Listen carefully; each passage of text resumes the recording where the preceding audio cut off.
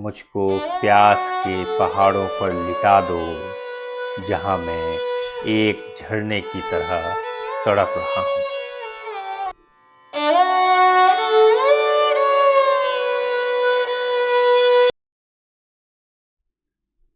नमस्कार दोस्तों, काव्य प्रसंग में आपका हार्दिक स्वागत है। मैं आपका परमेंद्र सिंह आज आपके लिए लेकर आया हूं कवियों के कवि शमशेर बहादुर सिंह की एक कविता, टूटी हुई बिखरी हुई। टूटी हुई बिखरी हुई चाय की दली हुई पांव के नीचे पत्तियां मेरी कविता।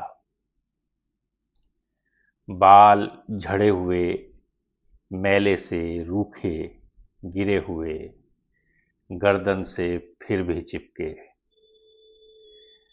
कुछ ऐसी मेरी खाल मुझसे अलग सी मिट्टी में मिली सी।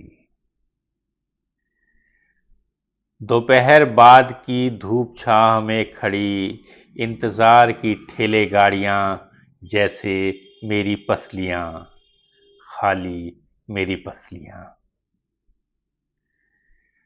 खाली बोरे सूजों से रफू किए जा रहे हैं जो मेरी आंखों का सूनापन है। ठंड भी एक मुस्कुराहट लिए हुए है जो कि मेरी दोस्त है।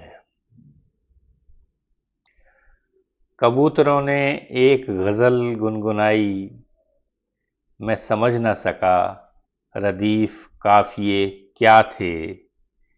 इतना खफीफ, इतना हल्का, इतना मीठा उनका दर्द था।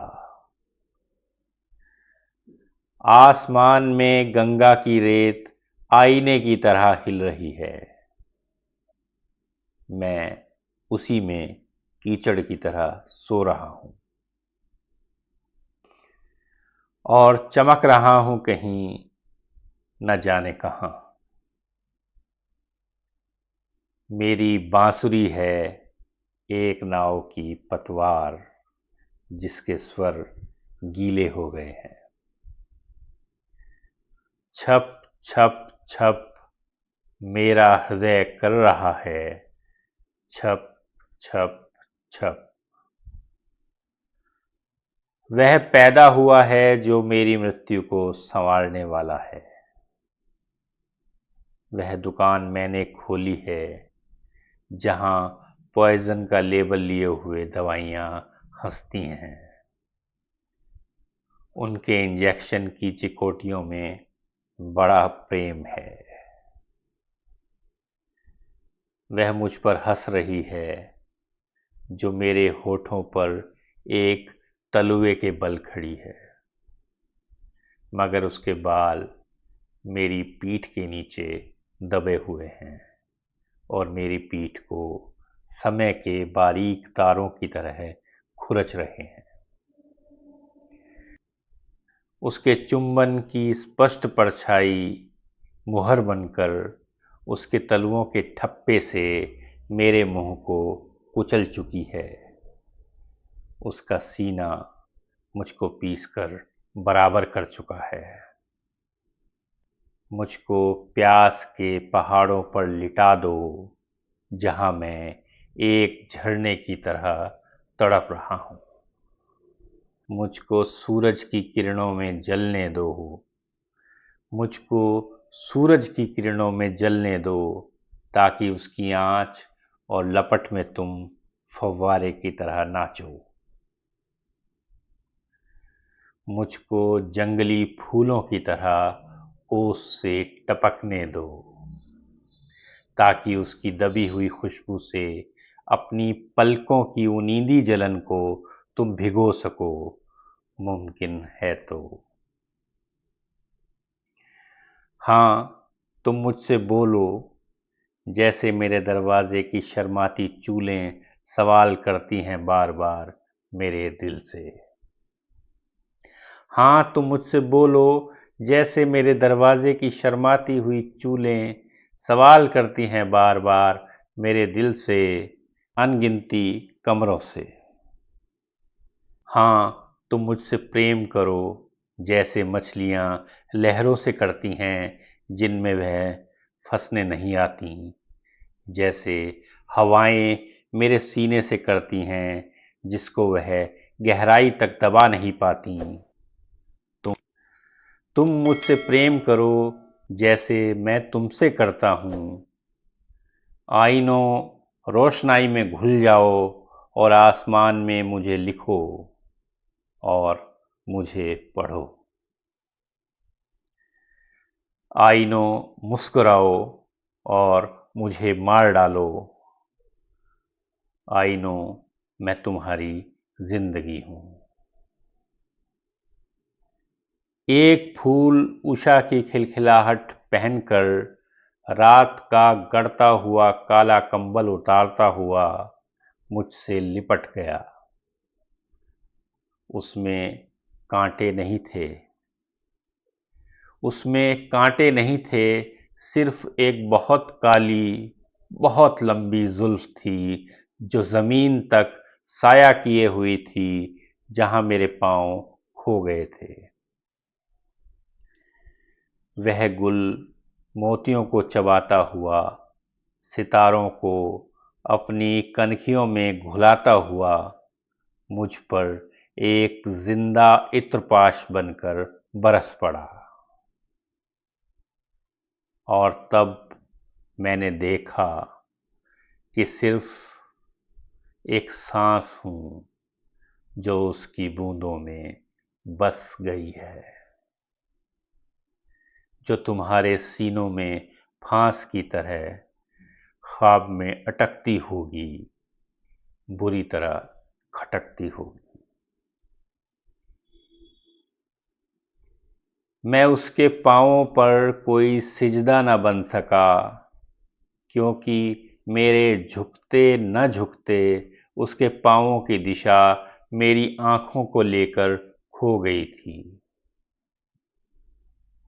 जब तुम मुझे मिले, एक खुला फटा हुआ लिफाफा तुम्हारे हाथ आया। बहुत उसे उल्टा पुल्टा, उसमें कुछ न था। तुमने उसे फेंक दिया, तभी जाकर मैं नीचे पड़ा हुआ तुम्हें मैं लगा। तुम उसे उठाने के लिए झुके भी, पर फिर कुछ सोचकर मुझे वहीं छोड़ दिया। मैं तुमसे यूं ही मिल लिया था। मेरी याददाश्त को तुमने गुनहगार बनाया और उसका सूद बहुत बढ़ाकर मुझसे वसूल किया। मेरी याददाश्त को तुमने गुनहगार बनाया और उसका सूद बहुत बढ़ाकर मुझसे वसूल किया। और तब मैंने कहा, अगले जन्म में। मैं इस तरह मुस्कुराया जैसे शाम के पानी में डूबते पहाड़ गमगीन मुस्कुराते हैं। मेरी कविता की तुमने खूब दाद दी। मैंने समझा तुम अपनी ही बातें सुना रहे हो। तुमने मेरी कविता की खूब दाद दी। तुमने मुझे जिस रंग में लपेटा मैं लिपटता गया, और जब लपेट न खुले तुमने मुझे जला दिया। मुझे जलते हुए को भी तुम देखते रहे और वह मुझे अच्छा लगता रहा। एक खुशबू जो मेरी पलकों में इशारों की तरह बस गई है, जैसे तुम्हारे नाम की नन्ही सी स्पेलिंग हो, छोटी सी प्यारी सी तिरछी स्पेलिंग।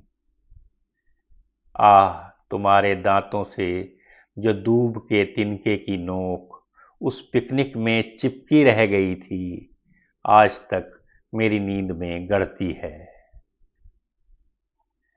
अगर मुझे किसी से ईर्ष्या होती तो मैं दूसरा जन्म बार बार हर घंटे लेता जाता, पर मैं तो जैसे इसी शरीर से अमर हूं, तुम्हारी बरकत।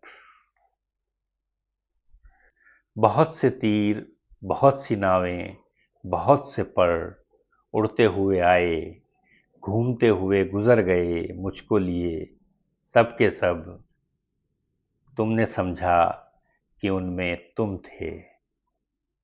नहीं, नहीं, नहीं, उनमें कोई न था, सिर्फ बीती हुई अनहोनी और होनी की उदास रंगीनियां थीं फकत।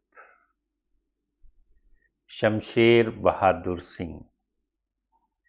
जुड़े रहने के लिए आपका बहुत बहुत शुक्रिया। फिर मिलते हैं किसी और कवि की कुछ और कविताओं के साथ। धन्यवाद।